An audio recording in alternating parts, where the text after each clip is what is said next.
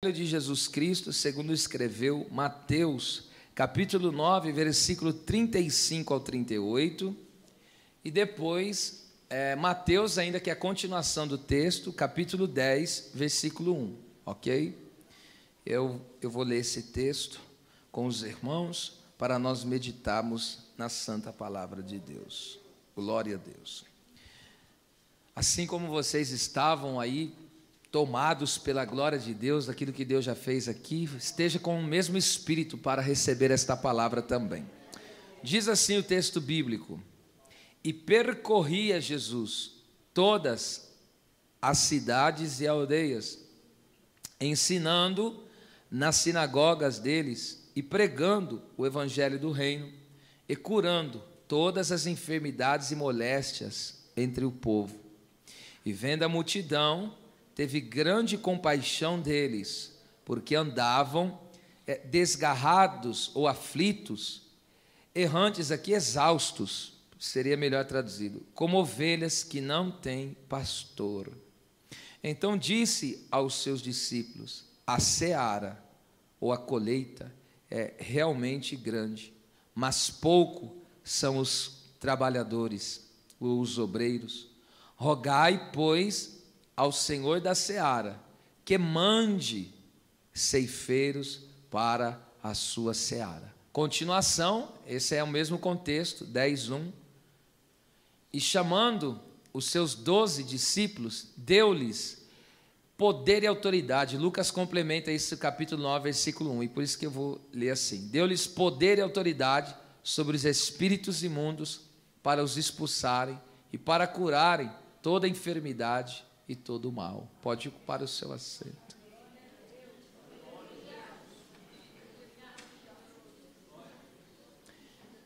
Em todo o tempo, grande tem sido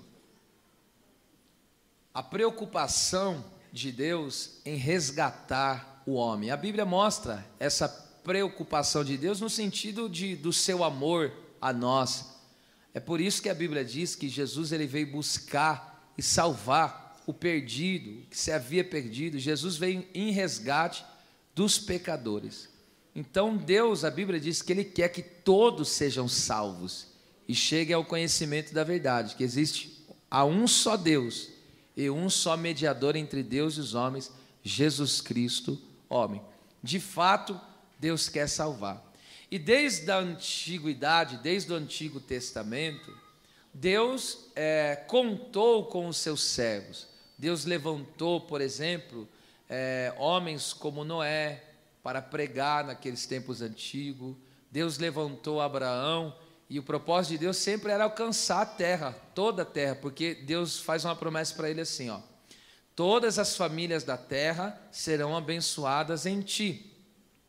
Esta profecia, ela tem o seu ponto ápice na pessoa bendita de Jesus Cristo. Então, através do descendente de Abraão, porque Jesus, o Deus que tomou a forma humana, só que Jesus, como ser humano, ele veio da descendência de Abraão, do povo de Israel. Então, Jesus, de forma humana, ele é judeu. E aí o que acontece? Esse descendente de Abraão, que no caso é Jesus, na forma humana, é através dele que se cumpre esta promessa de que todas as famílias da terra podem ser abençoadas, através da fé em Jesus Cristo. Porque a partir do momento que a pessoa crê em Jesus, a sua casa crê em Jesus, são salvos, e aí está a bênção de Deus, do Deus Todo-Poderoso. E agora Jesus, ele aqui nos mostra de forma prática, verdadeiramente, que ele é um autêntico missionário e que de fato ele veio aqui na terra para trazer a mensagem de salvação e salvar todos os seres humanos a qual estavam perdidos, e nisso inclui eu e você também. E o texto começa assim: e percorria Jesus todas as cidades e aldeias. Essa palavra percorria é a palavra grega periago, que significa rodear, atravessar, movimentar-se de lugar em lugar. Então aqui você veja que esse percorrer tem um sentido que Jesus, onde ele ia, ele é como se marcando perímetro, é como se ele fosse desbravando, porque aqui nessa palavra, há como se fosse um desafio a ser enfrentado, para que as almas pudessem ser resgatadas. É como se aqueles lugares onde Jesus passava, estivesse dominado pela incredulidade, pela dureza de coração, pela cegueira espiritual. Os homens estavam cegos e o Deus deles, como diz a Bíblia em 2 Coríntios 4,4, que o Deus desse século cegou-lhes o entendimento, ou seja, as pessoas estão cegas e não conseguem enxergar a verdade do Evangelho. E ali então Jesus, ele ia percorrendo por todos esses caminhos, e ele ia então de cidade em cidade, de aldeia em aldeia, de região em região, e onde ele ia ali vencendo barreiras e alcançando essas almas preciosas. Esse retrato aqui, na verdade, é um retrato espiritual do que nós já vimos no Antigo Testamento, quando a Bíblia diz que Josué, ele agora tem a responsabilidade de liderar Israel para conquistar as terras que estavam ocupadas. Deus havia prometido uma terra para eles, só que para eles entrarem na terra, o que tinha que fazer? Derrubar os inimigos, vencer os reinos inimigos e romper todo tipo de barreira. E aí Deus faz uma promessa linda para Josué: onde vocês colocarem a planta dos seus pés, eu tenho te dado. Então isso é um retrato espiritual da igreja de Jesus, porque Jesus é o capitão da nossa salvação, e Ele está capitaneando nós, a sua igreja, e sob o comando de Jesus, nós vamos avançando, de casa em casa, de bairro em bairro, de alma em alma, de cidade em cidade, e assim por diante. E aí, onde nós vamos passando, onde colocar a planta dos pés eu tenho te dado, é figurado, é no sentido de quê? De poder de conquista. E hoje, como que nós conquistamos? Quando uma alma se converte a Cristo, quando uma vida se rende ao louvor do verdadeiro Deus, então ali aquela terra foi conquistada. Hoje a terra que é conquistada é a terra do coração do ser humano, é o próprio ser humano que é resgatado das trevas e transportado para o reino da luz do nosso Deus. Então Jesus está nos liderando neste grande empreendimento espiritual, nesta grande obra, e assim como que em cada região havia uma dificuldade, havia uma estratégia, então é assim que Deus continua trabalhando até nos dias de hoje.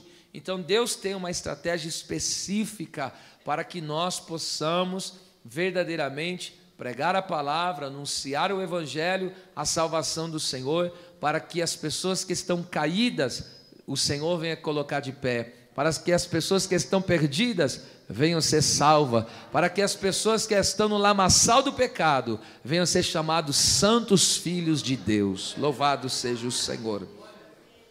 A igreja, ela é chamada para romper as barreiras espirituais, então, e resgatar as almas. Há um texto tão lindo em 1 Crônicas, capítulo 11, versículo 15 ao 19, eu já citei ele algumas vezes aqui. Esse texto fala, Davi está fazendo uma descrição ali, o cronista, está fazendo uma descrição dos seus valentes, e falando daqueles soldados que foram destacados, diferenciados pela sua bravura, e os grandes feitos que eles fizeram. E aí a Bíblia narra 3 homens que, certa feita, Davi, ele estava com muita sede, e ele estava com sede das águas da terra natal dele, que era de Belém. Só que para que ele pudesse ter acesso àquelas águas, o que acontece? Tinha que romper a guarnição, o alojamento dos filisteus. Então veja, aquela água estava em posse do inimigo, o inimigo tinha posse daquela água, só que o rei estava com sede e queria aquela água. E aí aqueles 3 varões, o que eles fizeram? Diz o texto, eles romperam, rasgaram no meio do ninho do marimbondo, para você ter uma ideia. Eles tiveram que rasgar verdadeiramente no meio do fervo ali, da dificuldade. Eles romperam no meio daquele alojamento, onde estavam os homens fortemente armados. Eles pegam a água e levam para o rei. Esse também é um retrato espiritual da igreja. Por quê? O Davi, que era rei, representa Jesus. E Jesus tem sede. Sede do quê? A água fala de vida. E Jesus tem sede das almas. E esses 3 valentes é o tipo da igreja, eu e você, porque onde tiver 2 ou 3 reunidos, Jesus está presente. Então a igreja tem que romper contra quem? Contra principados, contra potestade, contra as hostes espirituais da maldade. Então nós vamos rompendo, porque o inimigo ele usa várias artimanhas, ele é enganador. Alguns estão na idolatria, alguns estão na feitiçaria, na macumba, na magia negra, alguns estão no ocultismo, alguns estão numa vida desenfreada da prostituição, nos vícios, e etc, etc. E aí, onde entra eu e você, onde entra a igreja do Senhor, que ela tem que romper todas essas barreiras. Então, ela vai rasgando no meio dos principados, potestades, hostes espirituais da maldade, onde o inimigo está exercendo a sua influência no coração das pessoas, onde o coração das pessoas se tornou o trono do próprio Satanás. É incrível isso, mas é o que a Bíblia diz, porque Jesus falou: quem comigo não ajunta, espalha. Então, no reino espiritual não existe neutralidade. Ou a pessoa é governada por Cristo, o seu coração é um trono de Deus, ou o coração dessa pessoa é um trono de Satanás. E aí a pessoa vai ser influenciada ou por Deus, ou vai ser influenciada pelas trevas, ok? E aí onde os 2 únicos verdadeiros reinos que existem é o reino das trevas e o reino da luz. E esses 2 reinos estão lutando por uma coisa, pela alma humana. E aí onde entra eu e você. E aí nós, como igreja do Senhor, temos que estar fortemente armado com as armas da fé, temos que estar com o capacete da salvação, com a couraça da justiça, com o escudo da fé, com o cinturão da verdade, com a espada do Espírito, com a sandália do Evangelho, da preparação. E aí nós vamos na força do Senhor, nós vamos no poder do Espírito Santo, nós vamos na unção de Deus, nós vamos com os dons espirituais, porque as nossas armas não são carnais, mas antes sim poderosas em Deus, para a destruição das fortalezas do mal. E aí através do teu louvor, através da tua oração, através das suas intercessões, da sua busca incessante por Deus, aí nós vamos rompendo essas barreiras, vamos vencendo esses obstáculos, e aí vamos resgatando essas vidas e trazendo até os pés do Senhor. Aqui está, Senhor, esta alma que pertence a Ti, pertence ao Seu reino. Agora veja o que Jesus fazia, é coisa interessante. Antes disso, o texto diz que Ele estava nas cidades e aldeias. Cidades aqui, eu vou aplicar assim, tem um sentido do povo da alta sociedade. E as aldeias, aquele povo mais simples, humilde. É como se a cidade fosse o centro, aquelas pessoas da alta sociedade. E as aldeias? É o lugar do tráfico, é aquele lugar bem lascado mesmo, as casas de prostituições, e por aí vai. Então Jesus, Ele dava salvação para todos, tanto para aquele que estava na mais situação terrível, humanamente falando, como aquele que estava, humanamente falando, das questões materiais. Jesus não fazia diferença nenhuma para salvar. Onde tinha um coração aberto, Ele estava ali para salvar aquela alma. Porque, como eu também já disse, para o mendigo, Jesus falou para ele: vem, fica de pé. Mas para o rico Zaqueu, Jesus falou: desce. O plano da salvação estão todos à mesma medida diante de Deus. Deus salva o pobre, Deus salva o rico, Deus salva o pequeno, Deus salva o grande. Deus salva de todas as classes, de todas as raças. O nosso Deus, Ele é Salvador. Agora Jesus fazia o quê? Ele estava ensinando, pregando e curando. 3 coisas que Jesus fazia: ensinava, pregava e curava. Olha que coisa linda. Isso aqui é muito importante. Por quê? Qual é a diferença? É claro que de uma forma bem simplificada. O ensino promove a formação espiritual, o caráter e a maturidade. Eu vou repetir isso aqui. O ensino da palavra promove formação espiritual, o caráter de uma pessoa e a sua maturidade.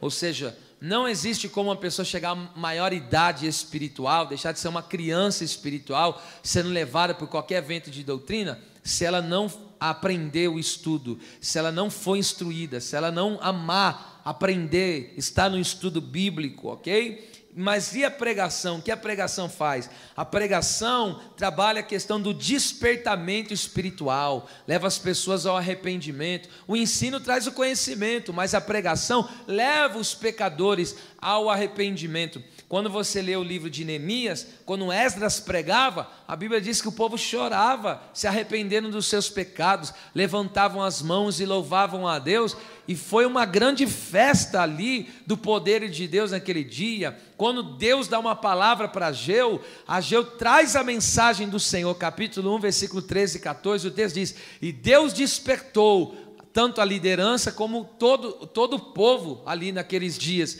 E a palavra despertar é acordar do sono. Então a pessoa está numa indolência espiritual, a pessoa está numa sonolência espiritual, e a pregação vem para isso, vem para sacudir o interior daquela pessoa, vem para despertar a mente dela, vem para acordá-la espiritualmente e voltar o seu coração, voltar a sua vida para o Criador, para o Redentor, para o Deus Todo-Poderoso. Então veja que coisa linda. O ensino e pregação são um equilíbrio perfeito para uma igreja saudável. Toda pessoa que não ama o estudo bíblico é doente espiritualmente. Por isso que eu luto dia e noite, eu estou falando isso literalmente, tá? Guerreio em oração, dia e noite, usando todas as ferramentas pastorais que Deus me deu para instruir as pessoas. Ame o estudo bíblico, queira estar no estudo bíblico, ame, não abra mão. Depois da Santa Ceia, o estudo bíblico é o culto mais importante. Por quê? Porque uma pessoa que não gosta de estudo bíblico, primeiro, ele é deformado espiritualmente. Segundo, ele não tem caráter. Ele é defeituoso no seu caráter. E terceiro, é um bebê, é uma criança infantil. Tudo isso acontece com quem não ama o estudo bíblico. Sabe por que existem pessoas que não gostam de estar no estudo bíblico? Primeiro, porque estão na carne. Segundo, porque ainda está sob a influência do diabo. A partir do momento, senti um laço quebrando aqui, bem forte aqui agora. Tudo que te prendia, te amarrava de estar no estudo da palavra, hoje o meu Deus quebra! Igreja saudável é uma igreja que ama o estudo bíblico, mas também o culto profético, onde tem a pregação, que leva a pessoa mesmo, muitas vezes aquela emoção vibrante, que levanta o espírito da pessoa. É assim que funciona, tem que ter esse equilíbrio, meu filho, de ensinamento. Aí você vai ter o teu caráter transformado, aí você vai ter uma vida cristã autêntica, aí você vai ter conhecimento da vontade de Deus para a tua vida, e aí na pregação você vai colocar em prática, você vai ferver no poder do Espírito Santo. Então não tem como ser um crente saudável, um crente relevante, sem conciliar estudo bíblico com pregação. Não tem como, meu amado. Se você não ama estudo bíblico, saiba de uma coisa: se você não gosta de estar no estudo bíblico, Satanás tem trabalhado na tua vida. Você está na carne e precisa de libertação, mas hoje está um no nosso meio. Aleluia! Que diz: conhecereis a verdade e ela vos libertará. As pessoas que fogem do estudo bíblico, por quê? Porque querem continuar sendo mau caráter, não querem ter uma vida transformada, não querem ter um conhecimento de Deus para aprender a vontade de Deus, fica auto se enganando para viver as suas próprias vontades. Mas nesta noite, o Deus que salva, o Deus que liberta, é o mesmo Deus que cura. E Deus vai trazer também não só cura física, mas cura espiritual em nosso meio nesta noite. Quando o texto diz que Jesus curava, aqui literalmente Jesus curava é terapeu no grego, que significa cuidar de. Jesus não só cura, ele cuida das pessoas. É um cuidado, providencial para trazer cura. Aqui significa restaurar a saúde. E aqui a saúde é o quê? É a saúde física, emocional, psicológica. Ou seja, Jesus ele nos cura em todos os sentidos da vida. Ele é Deus que tem disposição de nos dar saúde. Um dia o centurião estava ali com o seu servo, que ele amava tanto, estava enfermo. E ele falou: Senhor, cura o meu servo. E Jesus falou: eu irei e lhe darei saúde. Sabe o que é isso? Jesus tem disposição para dar saúde. Jesus, ele ama curar as pessoas. Jesus tem prazer em ver as pessoas saudáveis. Então já vai tomando posse da sua cura. Se você tem sofrido problemas psicológicos, mentais, se você tem sofrido nos seus sentimentos, ou se você está sofrendo no seu físico, creia, há uma cura de Deus para a sua vida. O Jesus que ensina é o Jesus que prega, mas é o Jesus que cura também. Porque através do ensino de Jesus, da pregação de Jesus, do Evangelho do Reino, as pessoas estão sendo curadas. Está escrito em Mateus 8, e pela palavra curava os enfermos e expelia os demônios. Recebe esta palavra, porque é cura para o teu corpo, é cura para a tua alma. Cura. Glória a Deus. Bendito é o Senhor. Agora olha que lindo, versículo de número 36, o texto diz: e vendo a multidão, teve grande compaixão deles. Essa palavra compaixão é uma palavra tremenda no grego, splanchnidzomai, que significa ser movido pelas entranhas. Quando ele viu aquele povo naquela situação, ele foi movido no mais profundo do seu ser. Ele foi tocado tão profundamente, foi um estado que aquelas pessoas estavam vivendo, que ele não aguentou ficar parado. O seu íntimo estremeceu, o seu íntimo foi movido. Então, aquilo que movia Cristo não era algo externo, era algo que vinha do mais profundo do seu ser, era o sentimento mais nobre. Então eu entendo com isso que isso aqui vale, é digno de nota isso. Uma alma é digna do mais profundo sentimento de amor, porque uma alma tem valor eterno. Agora imagine só aqui comigo, você lutar por uma alma não é fácil. Muitas vezes nós pagamos preço de noites mal dormidas, muitas vezes pagamos preço no nosso corpo. É claro que tudo é Deus que faz, mas Deus conta conosco, em jejum muitas vezes, em oração diária, e você está ali gemendo por aquela alma, e muitas vezes é trabalhoso. Nós ouvimos um testemunho da serva de Deus, 19 anos orando pela conversão, e hoje ela viveu a vitória dela. Então veja, não são 19 dias, não são 19 meses, são 19 anos. Eu já vi mulheres testemunhando que oraram 30. Fala para mim que não é trabalhoso ganhar uma alma. Eu já ouvi uma vez um pastor dizendo, e eu não desacredito disso, que muitas vezes a missão de uma pessoa aqui na terra, Deus colocou ela só para ganhar o marido, só para ganhar o familiar.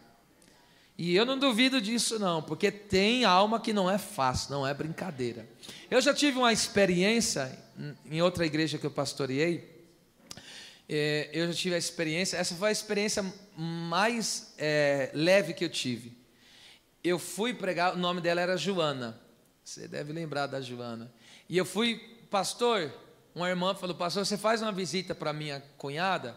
Eu faço. Fui lá, preguei o evangelho, falei: queres aceitar Jesus? Ela falou: eu quero. Fez assim: eu quero. Aceitou Jesus, começou a ir na igreja, não saiu mais. No primeiro batismo: queres descer as águas? Eu quero. Desceu as águas, faz 15 anos, está lá firme até hoje. Pensou se toda alma fosse assim? Agora já teve alma, meu amado. Veio, saiu, você vai atrás. Meu Deus do céu. É tremendo o negócio. Então, mas olha só, mas por que esta alma é digna desse sentimento tão profundo de amor, de nós olharmos para ela e ter essa compaixão, ser movido nas entranhas? Por quê? Porque a alma dela, ela tem um destino. A alma desta pessoa, ou ela vai para o céu, ou ela vai amargar o inferno. Você já parou para pensar o que é o inferno, meu amado? O inferno é um lugar que todas as pessoas deveriam ter medo, medo, medo e medo. Porque até, para quem não sabe disso, até os demônios têm medo do inferno, tá? Se você ler o Evangelho de Lucas 8:31, quando Jesus chega lá em Gadara, os demônios pegaram e disseram para ele, não nos atormente antes do tempo, não nos mande para o abismo. Eles têm medo do abismo, que nem é o inferno ainda, tá? E eles têm medo de ser jogado lá.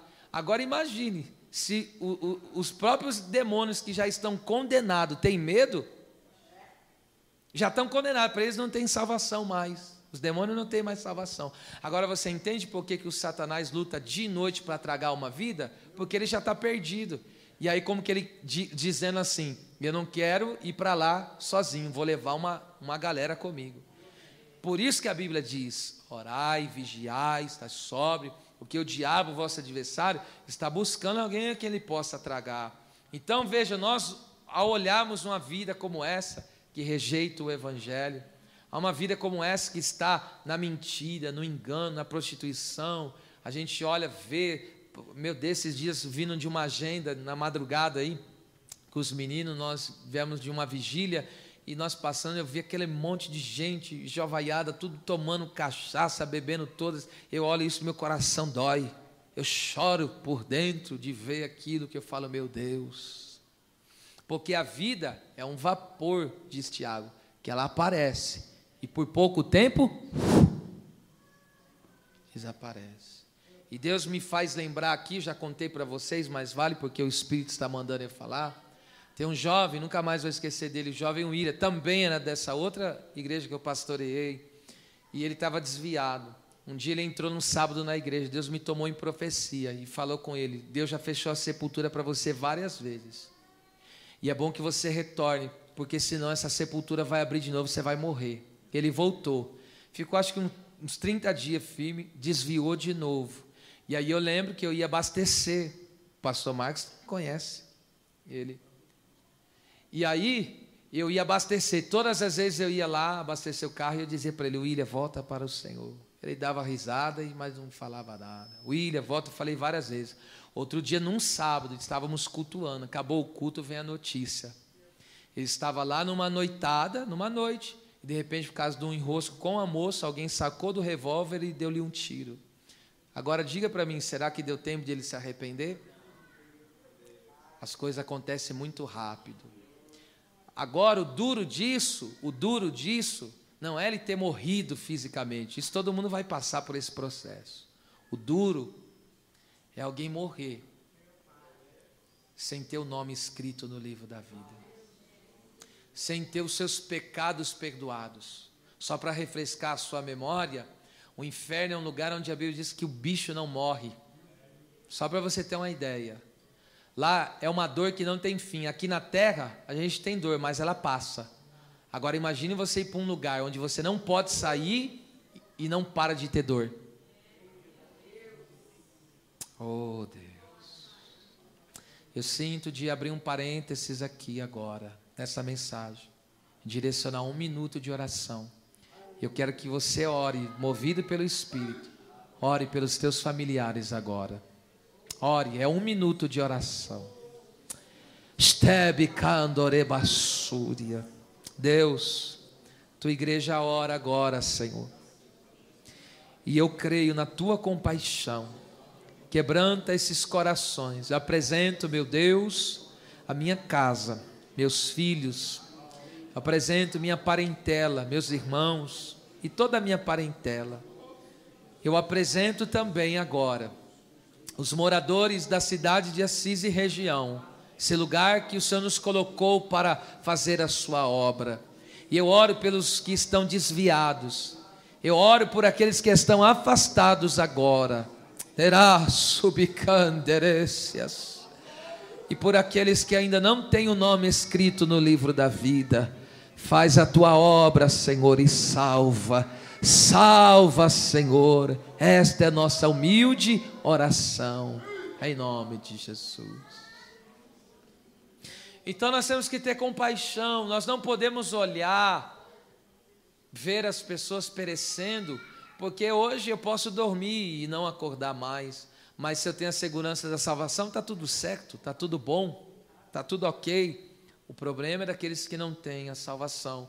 Então nós devemos olhar essas pessoas, muitas vezes estão dentro da igreja, estão perdidas, presbítero, estão perdidas, pastor, estão perdidas dentro da casa.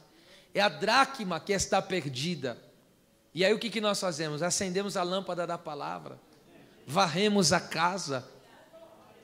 Tem gente que está dentro da casa, mas está perdida, ainda está em seus pecados, está ainda vivendo uma vida pecaminosa, uma vida contrária à vontade de Deus. Muitas vezes nós falamos dos pecados graves, adultério, pessoas do mesmo sexo que se relacionando, lesbianismo, homossexualismo, esses pecados graves, mas tem aquele que não para de mentir, isso também tira do céu. Muitas vezes a gente só olha aqueles pecados graves, mas não tem pecadinho, pecadão. O pecado nos tira e nos afasta de Deus do mesmo jeito. Frieza espiritual, indiferença para com Deus, isso é pecado, e essas coisas precisam ser revistas. O céu é uma realidade, mas o inferno também, meus irmãos. Vamos lá, olha que coisa tremenda, 36 a parte B, Jesus diz assim, ele teve grande compaixão deles, porque andavam como ovelhas, eu vou usar essa tradução, aflitas e exaustas, como ovelhas que não têm pastor. Essas duas palavras aí, exaustas, aflitas e exaustas, é a palavra eklio e ripto no grego. Olha o significado: estar enfraquecido de um esgotamento físico e mental, estar desanimado, perder a esperança, derrubar, lançar ao chão, prostrar. É assim que a humanidade se encontra, prostrada, sem esperança. A esperança dessas pessoas é o quê? É no dinheiro, é numa condição melhor financeira para poder cuidar. Alguns que estão naqueles regimes muito fechado e difícil de viver, é sair daquela prisão, daquele país, entre outros, enfim. Mas aqui, essa é uma realidade, olha lá, esta é uma realidade do que está acontecendo. As pessoas estão prostradas, as pessoas estão lançadas ao chão, desanimadas, esgotadas. Cada dia que passa é uma notícia ruim nos noticiários. Cada dia que passa é o aumento da criminalidade, é uma nova peste que aparece, é um novo problema que surge, é o governo, é o Estado em crise, é a moralidade em crise, ou seja, tudo em crise. E aí as pessoas vão ficando cansadas. E aí as pessoas vão olhando para esse mundo e realmente perde totalmente a esperança. E aí vão ao chão. Eu posso ver aqui nesta noite, aleluia, nós muitas vezes passamos lutas, passamos por provações, dificuldade. Por que nós não nos prostramos? Porque nós temos uma esperança. Por que nós, como diz a Bíblia, ainda que caia, não ficará prostrado? E por que não? Porque a mão do Senhor nos levanta.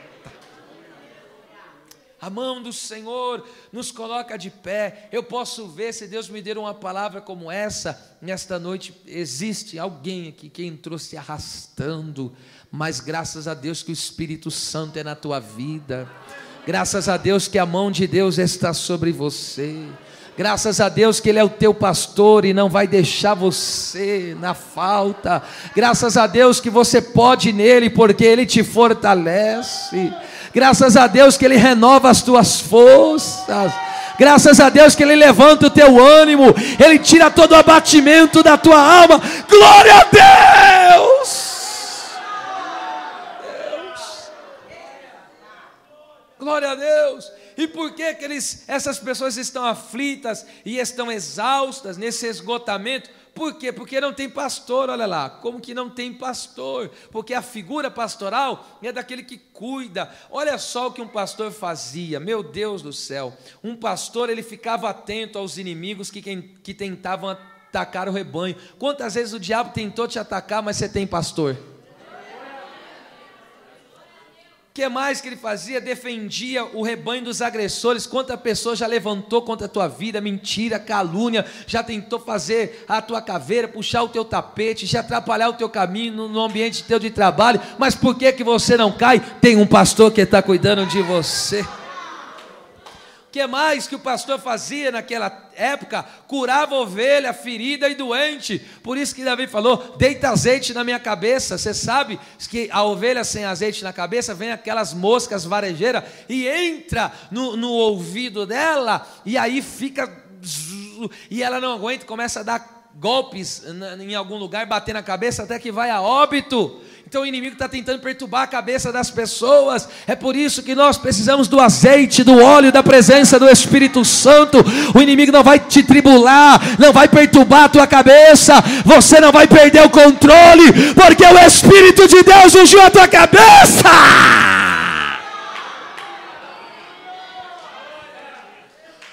O que mais que os pastores faziam naquela época? Eles iam buscar a ovelha perdida que estava presa em alguma armadilha, porque havia armadilhas. E aí o que acontecia? O pastor ia atrás dessas ovelhas, e aí via lá, com a patinha enroscada. Ah, aleluia, como é bom ter um pastor que cuida de nós, hein? É claro que eu estou falando a priori, primeiramente, do Senhor Jesus Cristo. Ele é o nosso sumo pastor, mas aqui também de forma literal, é importante nós termos a figura de um pastor, de alguém que nos lidera, que é alguém que nos prega a palavra, de alguém que nos ensina, que é alguém que intercede por nós, com alguém que chama a nossa atenção. Por que você não está vindo com o culto? Por que você não está parando? Por que a sua espiritualidade está decaindo? É bom termos alguém assim. Oh, louvado seja Deus pelos pastores fiéis que Deus levanta. Tem um texto lindo, eu acho muito fantástico, 1 Crônicas 11, 23, tem um homem chamado Benaia, que ele venceu 2 gigantes do exército dos Moabitas. Ele também venceu um leão, veja, no tempo da neve. E aí diz o texto, que veio um gigante, que tinha cerca de 2,30 metros, imagine, um gigante de 2,30 metros, ele estava com a lança, e ele era um egípcio. E ele veio para atacar o povo de Deus. E aí sabe o que aconteceu? Benaia com um cajado. A Bíblia diz que o Benaia com o cajado tirou. O cajado, você sabe, que é aquele que na ponta é como se fosse um guarda-chuvinha. E ele pegou e tirou ali a lança da mão do egípcio que queria atacar o povo de Israel. Ele tira aquela lança e mata aquele egípcio. O egípcio, o que fala do Egito? O Egito fala da escravidão do pecado. Esse gigante de 2,30 metros aí fala dos demônios que lutam dia e noite para te voltar a você fazer as práticas que você fazia. Voltar a beber, voltar a fumar, voltar a se prostituir, se deitar com a pessoa do mesmo sexo, ou se fornicar, ter relação fora do casamento, e assim vai. O egípcio quer que você pratique essas obras, que você vai talagando uma cachaça, vai enchendo o nariz de cocaína, vai fumando um baseado. É isso que o egípcio quer fazer, mas aí tem um pastor que prega a Bíblia, que prega a palavra. Olha o egípcio sendo desarmado aqui nesta noite, ó. Quantas vezes quantas vezes eu já vi pessoas aqui cambaleando, o inimigo ponto para dar uma bocanhada, esse lobo nojento e asqueroso, se aproveitando da fraqueza, e hora que lá, aí você pega o cajado e desarma ele. Aí o pastor faz a contagem, coloca lá a vara. Vamos ver quem não veio no culto hoje. Deixa eu ver. Deixa eu procurar saber o que está acontecendo com essa ovelhinha aqui. Ovelha que não é pastoreada fica aflita, fica exausta, fica sem esperança, fica abatida, fica desanimada. Mas ovelha que é pastoreada, que é bem cuidada, ela tem nutrição, ela é bem alimentada, ela é ungida, ela é curada, ela é protegida. Oh, louvado seja Deus! Quantos podem levantar a mão e dar um glória ao nome de Jesus, porque Ele está aqui neste lugar?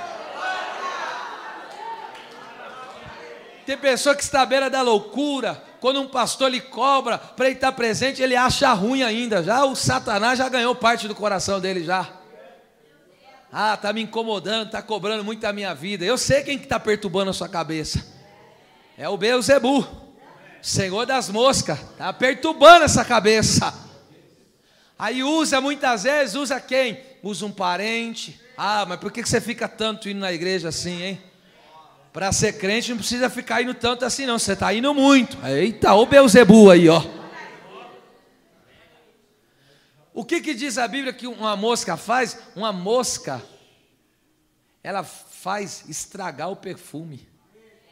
Eclesiastes está escrito isso, 10:1, se eu não estou enganado. Ela estraga o perfume. O perfume caríssimo, pode ser caríssimo, mas caiu a mosca, acabou. Olha lá, assim como a mosca morta. Está morto, Satanás está morto. Morto no sentido espiritual. Faz exalar mau cheiro. Ó, inutilizar unguento perfumador. Nós somos o bom perfume de Cristo. Oh glória, ouviu? Glória a Deus ali. Então Satanás quer pousar na cabeça de alguém, mas da tua não, tu tem azeite na cabeça. Põe a mão na cabeça, porque desceu uma profecia aqui quentinha do céu para a tua vida. Satanás não vai bagunçar a tua cabeça com as coisas desse mundo, porque você não é um caído, você não é um derrotado, você não é um perdido, você tem dono, você tem um Senhor, você tem alguém que protege, cuida, zela e ama a tua alma. Glória, glória, glória, glória, glória, glória. 37. Então disse aos seus discípulos, diante daquele quadro tremendo, diante da multidão: a seara, oh meu Deus, é realmente muito grande, mas poucos são os obreiros. Tem muita obra para ser feita para poucas pessoas. Não é que tem poucas pessoas, irmão, são milhões e milhões de crentes. Não é que tem pouco, é que a demanda da obra que é muito grande. Então, para o tanto de almas que tem para ser alcançada, então aí se torna pouco. Que tal nós nos levantarmos para fazer uma obra para Deus? A Bíblia diz que quando a semente cai na terra, 30, 60 ou 100. Faz um propósito com Deus na tua vida. Eu estou falando em nome de Jesus. Fala: Deus, eu quero ganhar pelo menos 30 almas na minha vida. Vocês estão aqui ou já foram embora?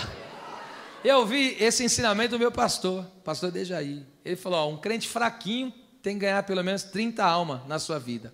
Um crente médio, 60. Um crente aí já 100 almas. Aleluia, glória a Deus. Deus vai colocar uma fome tão grande no teu coração.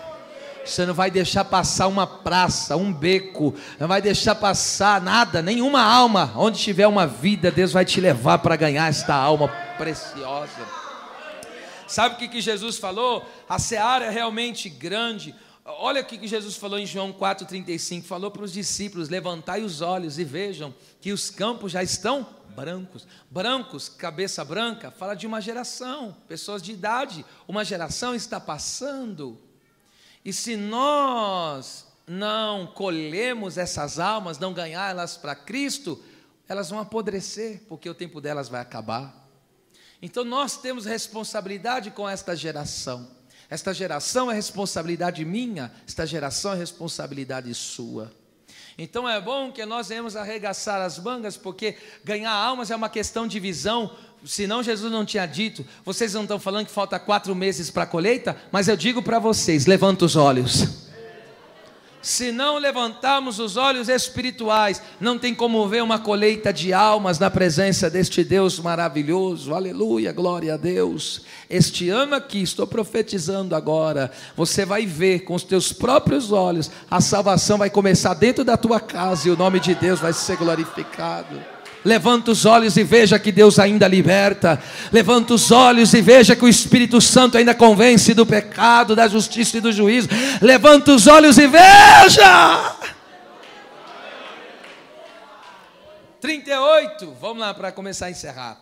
No 38 agora, Jesus diz assim para os seus discípulos: olha, diante dessa demanda de almas que tem para ganhar aí, ó, rogai, pois ao Senhor da seara, Ele é o Senhor da colheita, que mande, essa palavra é muito forte aqui, balo, ceifeiros para a sua seara.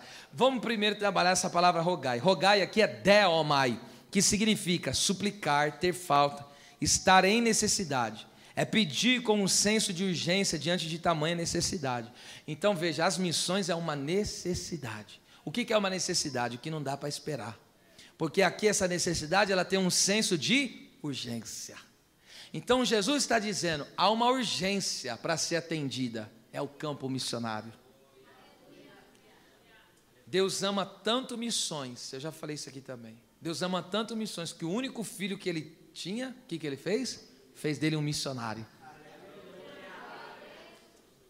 Aleluia. Quem tem coragem de levantar as mãos, você que é pai e mãe, você que é pai e mãe agora. E os outros que levanta pela fé já profetiza que você vai casar mesmo? Eu estou falando sério. Pode levantar a mão com fé. Você que vai casar, vai formar uma família, ok?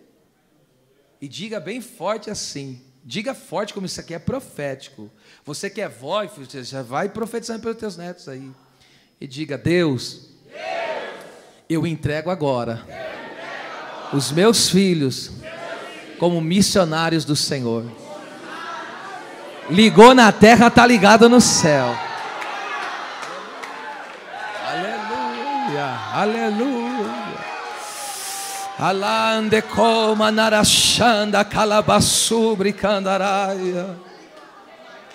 Os meus filhos serão missionários de Deus.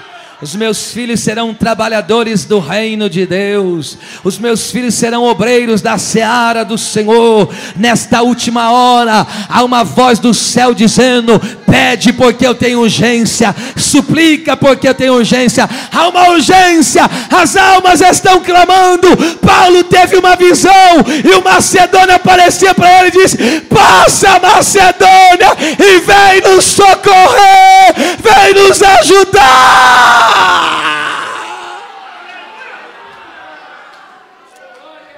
Há um clamor, há um clamor, as almas estão clamando, as almas estão gemendo, há casamentos que estão se dissolvendo, há famílias que estão sendo dizimadas, há jovens que estão sendo entregues a este mundo, mas há um clamor do Espírito em nosso interior, dizendo: clame ao Senhor da seara, clame ao Senhor da seara.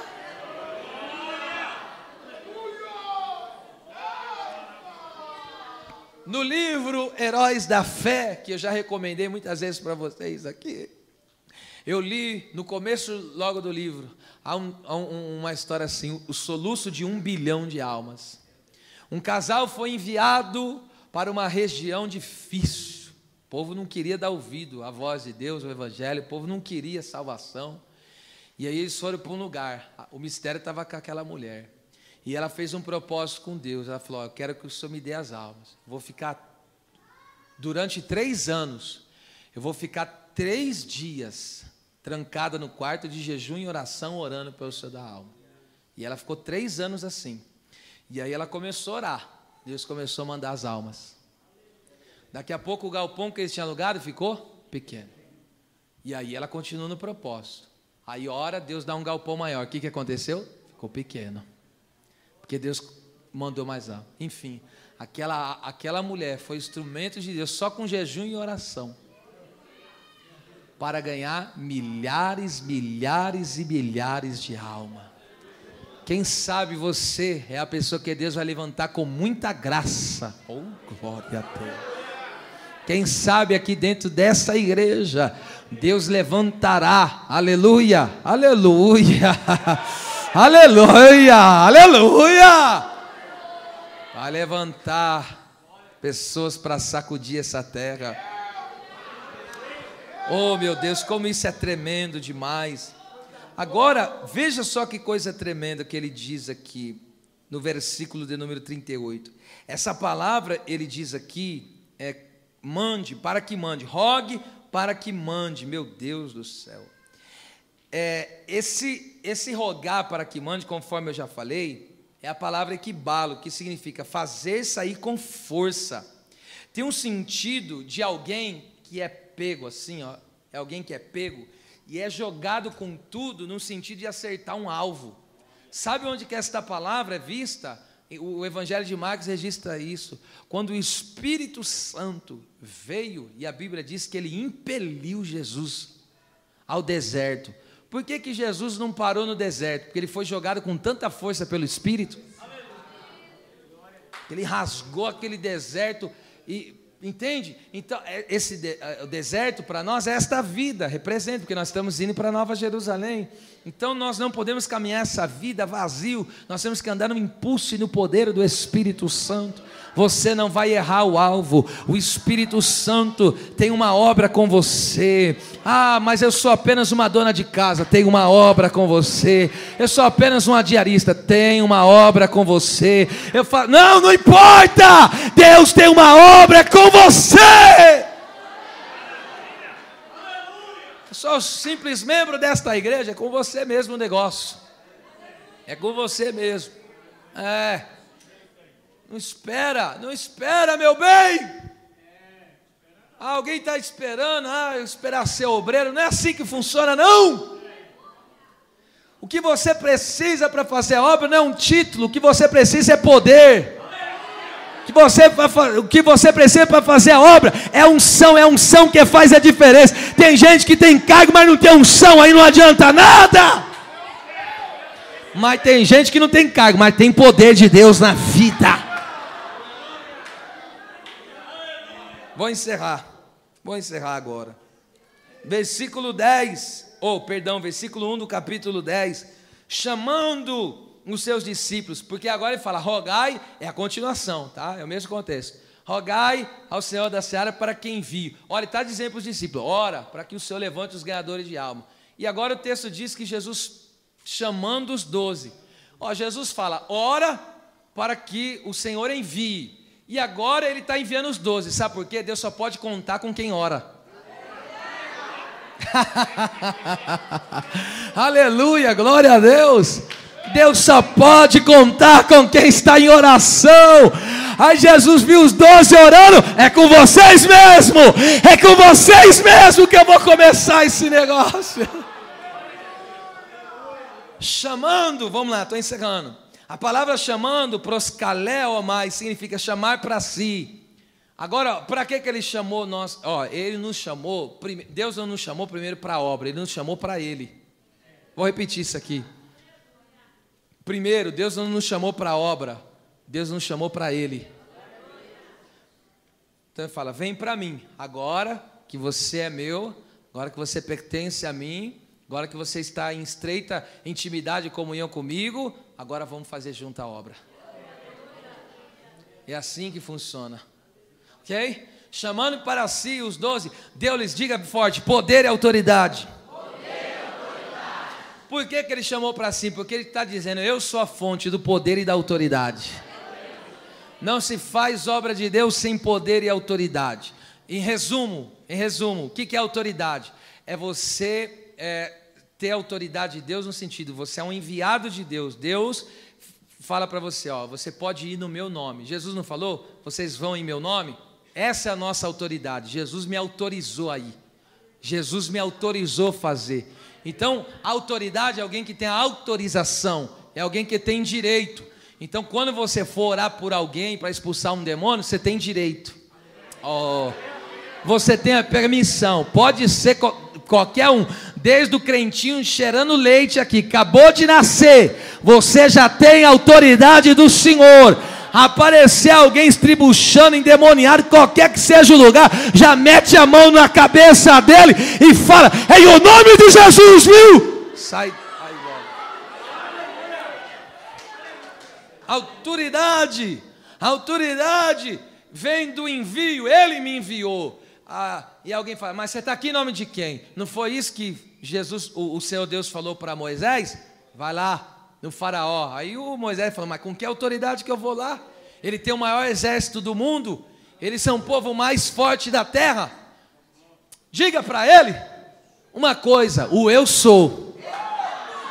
O eu sou que sou é que está te mandando. Eu sou a vida. Eita meu Deus, Ele é tudo, Ele é tudo. Aí Moisés chegou, falou, ó, você está prendendo um povo aí, né? Mas eu vim aqui para libertar esse povo. Mas você veio em nome de quem? Você veio na autoridade de quem? Do Criador. E Jesus falou, assim como o Pai me enviou, também eu estou enviando a vocês. Mas não para só por aí, a autoridade, eu estou autorizado a agir no nome de Jesus, eu estou autorizado a fazer no nome de Jesus, eu tenho autorização, ok? Então, eu tenho autorização para orar no nome de Jesus, repreender a obra de feitiço, repreender a magia, repreender as obras das trevas. Você tem autoridade de Deus na sua vida, e poder é dinamis, autoridade que sucia, mas dinamis é poder. O que é poder? Uma ação sobrenatural de Deus, é a capacidade para agir no sobrenatural. Então você tem autoridade, Deus te permite fazer, e agora você tem poder, a capacidade para fazer. Você não só foi autorizado a fazer, mas você foi capacitado a fazer.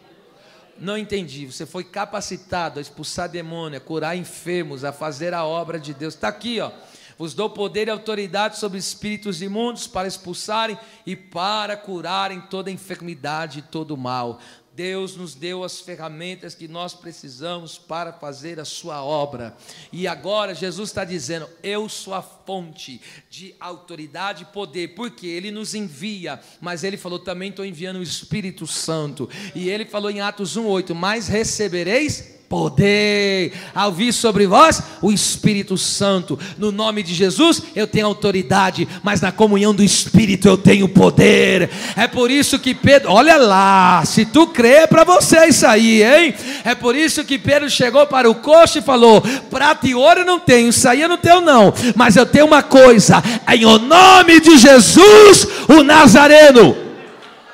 Ó, quando ele fala em nome de Jesus o Nazareno, autoridade. E quando ele pega na mão, levanta e anda, é poder, é poder, é poder. Você vai começar a colocar a mão e vai ver Deus operar. Você vai ver Deus agir. Coloca a tua fé em prática, coloca a tua fé em ação, porque Deus te deu poder e autoridade. Diga bem forte com as duas mãos levantadas, nesta noite eu tomo posse do poder e da autoridade. Recebe poder e autoridade em nome do Senhor. Poder e autoridade. E para que Deus nos deu tudo isso? Para ganhar as almas, para libertar os cativos, libertar os oprimidos, em nome de Jesus, em nome do Senhor Jesus. Entra nessa batalha. Quando você vê que o negócio está pesado lá dentro de casa, levanta a tua mão, diga, Deus, tu és o Senhor desta casa, eu sou teu servo. Diga lá, o vazio não vai ficar aqui dentro dessa casa, a tristeza não vai ficar dentro deste lar, a doença não vai triunfar nesta família, os vícios não vão vencer esta casa, porque eu tenho poder e autoridade de Deus na minha vida. Poder e autoridade. É como eu disse, né?